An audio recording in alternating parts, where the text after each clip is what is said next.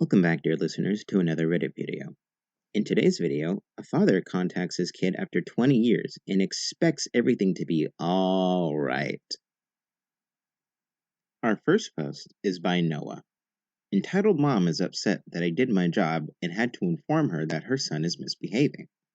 Bit of context first.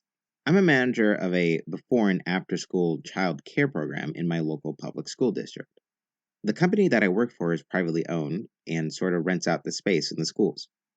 I've just passed my 7th year working here, started when I was 15, and I've always really liked it. Mainly because the school I've been working at is the school that I went to as a kid, and it's within close walking distance. Working at this specific school is one of the main reasons that I've worked here for so long. When I became the manager, it was literally something that was just forced upon me, because there was no one else to fill that role. I have always been really good at saving, so I never really asked for a raise before. I've spent my own money buying toys and supplies for the site that higher-ups either didn't want to get or didn't know what to get. I've been shorted on support staff for my site for the second straight year, as they do not want to pay a competing starting wage with other nearby businesses. But whatever, working with children K-5 takes a lot out of you, but you do it for them. I've always really liked my job, but the past couple of days are making me change my mind. So there I was, opening, understaffed, with 2 staff out on vacation, 1 not showing, and 2 others coming nearly 30 minutes after school gets out because they're both high schoolers and have to commute, drop off siblings, and whatever. Shortly after school gets out, I usually take the kids to the playground. It's one of the largest playgrounds in the district, despite being one of the smallest schools. So I'm practically solo monitoring 45 kids because 1 staff has to stand at the entrance to the playground, and then a hill and the equipment get in the way. Then I hear a lot of yelling that one of the first grade girls is crying. When I get over there, the first grader is under some stairs crying, and I start my questioning. The first grader in question has some mobility disability, required a walker to get around, and had multiple surgeries over the summer to help. Turns out that the new kid in the program this year, a 3rd grade boy, has pushed her down, kept pushing her down, pinned her to the ground, and grabbed her neck. When I asked the 3rd grader why he did this, he said, "I know." When I asked if there was a reason why he did this, he said, "No." In response, I had him apologize to the first grader and walk 3 laps around the blacktop. And of course, I wrote up a behavior report for him to give to his parents. All pretty normal, until I get a text from my boss if I could come in the company office to talk. Apparently, the mom of the 3rd grader called my boss and the principal of the school and had multi-hour conversations about how I was being biased and unfair to her kid. She demanded that I'd be removed from site, and my boss, for some reason, immediately caved and said I can pick the school that I want to co-manage. So, I'm essentially being demoted, told I have to spend a lot more on commuting, be moved with no advance warning, and cause the site that I've spent so much effort on to have no manager. For the horrible crime of doing my job. TLDR, Karen thinks that pushing disabled kids is okay. Punishing kids that push disabled kids is bias, and she should be in charge of staffing an understaffed business. Boss totally agrees, and chooses to punish me instead. Edit. I've gotten a raise in the past. I have just never asked for one. Really makes me think how crappy other companies can be. Edit 2. The staff to the child regulation in my area is 1 to 15. On paper, for that day, we were within ratio. But by the time I realized 1 staff no-showed, we had already dropped to an in-ratio number of kids, and the staff who couldn't see anything counted for the ratio as they were on the playground. They just couldn't effectively see or monitor any meaningful number of them. Our next post is by Symbol Monkey. Couple brought a toddler with squeaky shoes to a wedding.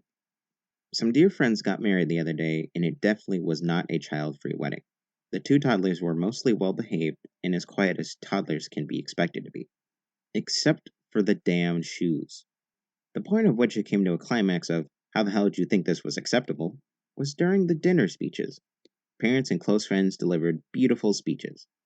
For example, when I first met Jordan, squeak, they squeak, were squeak and squeak, the squeak, college squeak, Kappa squeak area. I just stared daggers at this couple. How on God's green earth did either of them think, ah, yes, a wedding, the shoes with dog squeakers in them, people will definitely not hate us. Our next post is by Second Incoming. My father wants to reconnect with me after 20 years. My family gets mad at me when I refuse to talk to him. The cast of our story is me, 25 male, my sister Maria, 21 female, our mother Anna, 44 female, and our father John, 45 male. For background, my parents met in their late teens and soon had me. 3 years later, they had my sister Maria. When my sister was 1 year old and I was 3 years old, my parents got separated. They never got married because my father cheated on my mom with a woman who's over 20 years older than him, from what I've been told. And they are still together now. Growing up, Mom never told me or my sister too much about John. I know that both his parents and his sisters pretty much disowned him after he cheated on my mom, but they are irrelevant to this story. Anna never got full custody of us after that because she didn't know how. Back then, she didn't know what full custody meant. But John was still sending Anna 200 euros a month for each of us until we became 18. I soon moved out after turning 18 to live with a friend, and in 2021 moved to another country where I currently live. After that, I only kept little contact with my mom and almost none with my sister. Fast forward to the 31st of August, so 3 days before this post is made, on my birthday, I get a call from an unknown number. I picked up, and the following conversation followed. Hello? OP? Yes, who is this? It's me, John. I'm sorry, but I don't think I know you. I'm your dad. I'm sorry? How are you? Why did you call me? It's your birthday, right? Yes, it is. Happy birthday, OP. Again, why did you decide to call me now? Don't you have a new family? Yes, I'm married now, but I have no other kids other than you and Maria. At this point, I was in disbelief, so I ended the call. I couldn't understand why he decided to call me after 20 effing years of no contact between us. He tried calling me again, but every time I ignored the call. The next day, my mom called me. Hello? Why did you hang up on John? Mom, are you serious right now? Yes, he's changed. He wants to have a son and daughter again. I guess it's just a bit too late, don't you think? Stop being dumb and go talk to your father. No, you go talk to him if you want to. I have nothing to talk about with that piece of garbage. After I said that, I hung up on her also. Both my mom, her side of the family, and also my sister have been blowing up my phone daily. I've already blocked some of them. He hurt us badly, and everyone decided to forgive him out of nowhere for no apparent reason. I'm not forgiving him. I'm thinking about cutting contact with the rest of my family if they keep defending him. A good father doesn't leave his children for 20 years and then out of nowhere decides he is entitled to having a relationship with them. I'll keep you all updated on this, but for now, I'm going no contact with him for a while.